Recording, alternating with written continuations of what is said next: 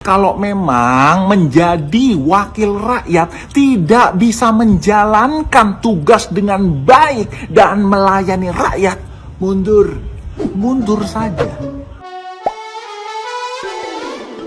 Ketua DPR Puan Maharani akhirnya menyampaikan permohonan maaf terkait gelombang demonstrasi yang berlangsung beberapa hari terakhir. Ia menegaskan bahwa DPR akan melakukan evaluasi internal serta berbenah dalam meningkatkan kinerja sebagai wakil rakyat. Puan menyadari banyak masyarakat yang kecewa karena para anggota dewan belum mampu bekerja secara maksimal. Ia menekankan bahwa insiden yang memicu kemarahan publik tidak boleh kembali terjadi. Menurutnya, DPR harus menjadi wadah yang benar-benar mendengar aspirasi rakyat, bukan justru melukai hati nurani mereka. Dalam pernyataannya, Puan menekankan pentingnya pola komunikasi yang lebih sehat dan transparan antara wakil rakyat dengan masyarakat. Ia juga meminta para anggota dewan untuk menahan diri, menjaga sikap, dan tidak mengeluarkan pernyataan yang saling menyakiti. Setelah menghadiri rumah duka Afan Kurniawan, driver ojol yang tewas ditabrak kendaraan taktis Brimob, Puan bertemu langsung dengan keluarga korban. Kepada ayah Afan, Puan menyampaikan bantuan berupa sepeda motor agar bisa digunakan untuk mencari nafkah sehari-hari. Atas nama seluruh anggota dan pimpinan DPR RI, kami meminta maaf apabila belum sepenuhnya dapat menjalankan tugas kami sebagai wakil rakyat. DPR RI akan terus berbenah dalam mendengar aspirasi rakyat. Menjadi komitmen kami untuk terus membuka ruang komunikasi yang sehat dalam bergotong royong dalam membangun bangsa dan negara.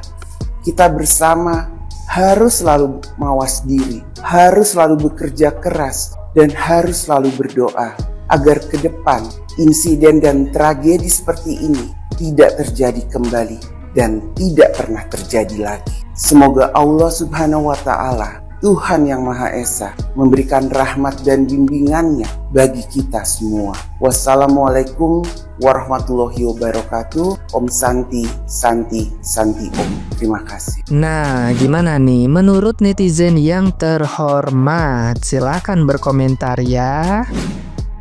Minimal kalau mau pidato itu dibaca dulu skripnya, intonasi, tanda bacanya diperhatikan ya, karena intonasi nada itu penting dalam membangun suatu emosional. Kalau kayak gini kan lu kelihatannya kayak ya udah gue cuman baca aja, yang penting gue udah pidato ya, formalitas aja lah. Nadanya tuh kayak cuman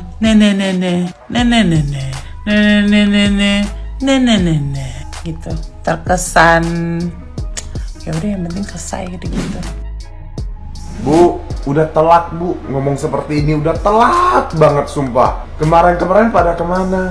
Sebelum terjadi yang namanya demo ini, sudah ada yang kehilangan nyawa, ada rakyat Indonesia yang kehilangan nyawa, baru ngomong seperti ini. Jujur saya sebagai rakyat Indonesia sangat kecewa bu, kecewa banget. Rakyat cuman mau satu, suara mereka itu didengarkan. Kalau kayak gini terus, demo-demo terus, yang bakalan jadi korban dan tumbalnya lagi itu rakyat sama aparat. Rakyat menyuarakan keadilan, meminta keadilan. Aparat, mereka melaksanakan tugas mereka. Yang bentrok rakyat sama aparat. Jadi tolonglah, tolong banget ya. Saya berbicara di sini sebagai rakyat ya. Permintaan maaf ibu saya terima, tapi dengan beberapa syarat. Syarat pertama, uang pensiun dari para DPR itu dihapus. Itu yang pertama. Yang kedua, gaji DPR itu dipotong. DPR dapat gaji 30 juta per bulan bersih, itu sudah lumayan lupa. 30 juta per bulan bersih total, itu sudah lumayan. Yang ketiga, transparansi daripada semua kinerja DPR. Kalau itu bisa dikabulkan oleh ibu, maka ibu sebenarnya tidak perlu minta maaf. Tanpa ada permintaan maaf sekalipun, rakyat Indonesia pasti akan menyukai ibu. Dan kalau ibu hanya minta maaf tetapi tuntutan itu tidak dilakukan, maka percuma minta maaf bu, rakyat tidak akan simpati pada ibu. Saya sudah menduga pasti Anda akan berbicara seperti itu. Kami meminta maaf kami akan berbenah dan kami akan dengarkan aspirasi rakyat. Coba sekarang dari awal kemarin demonstrasi, kalian langsung bertemu dengan masyarakat, kalian dengarkan dan kalian benar-benar lakukan perubahan, pasti nggak akan sebesar ini dampaknya. Kalau kalian ingin serius berbenah, yang pertama, perbaiki sikap etika bicara kalian di depan masyarakat. Yang kedua, segera sahkan undang-undang perampasan aset, karena masalah utama di negeri ini adalah korupsi. Hukuman bagi koruptor itu masih sangat ringan. Kalau undang-undang perampasan aset itu disahkan, saya yakin korupsi itu bakal hilang di Indonesia. Yang ketiga, kami ingin hukum itu tegak dengan adil. Jangan tajam ke bawah namun tumpul di atas. Jadi semoga dengan demonstrasi yang sekarang ini baru bergejolak, semoga DPR mau mengambil sikap dengan tegas, mau mendengarkan aspirasi rakyat. Karena kalian itu adalah perwakilan rakyat, jadi dengarkan aspirasi rakyat. DPR akan berbenah. Seriuskah? Ketua DPR RI Ibu Puan Maharani menyampaikan turut berbela-sungkawa atas kejadian kematian supir ojol dalam kegiatan demonstrasi di depan gedung DPR. Mbak Puan pun menyampaikan maaf yang sebesar-besarnya karena mungkin belum bisa menjalankan tugas secara sepenuhnya dengan baik dalam kegiatan DPR RI. Dan Mbak Puan berjanji DPR akan berbenah. Apakah DPR akan betul-betul berbenah dan berbenahnya seperti apa? Silakan ungkapkan pendapat Anda di kolom komentar. Dan di like video ini, di-save serta di-share kepada pihak-pihak yang menurut Anda layak untuk mendapatkan informasi ini, dan agar akun Anda terbaca oleh algoritma TikTok, follow terus akun Om Ades untuk mendapatkan update informasi terkini dan berita terhangat lainnya. Cheese and peace. Gelombang demo memuncak, Puan Maharani minta maaf kepada rakyat dan janji akan berbenah. Terus aja minta maaf, terus aja janji. Maaf, janji. Bukannya makin lebih baik, yang ada malah makin parah. Lihat nih Ibu Puan Maharani selaku ketua DPR.